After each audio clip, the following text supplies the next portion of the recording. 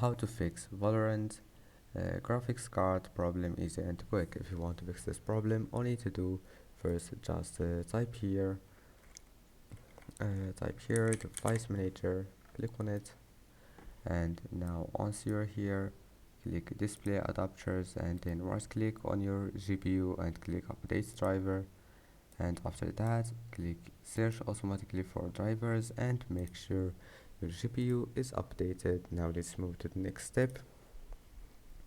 Type here next step, just open your files. Now you need to find Riot Games folder, and here is it.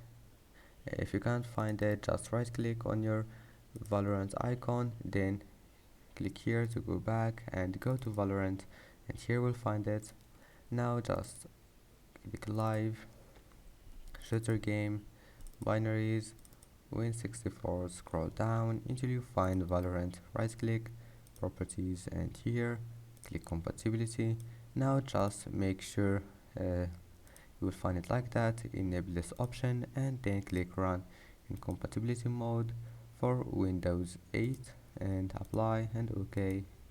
And that's it. Don't forget to like and see you in the next video.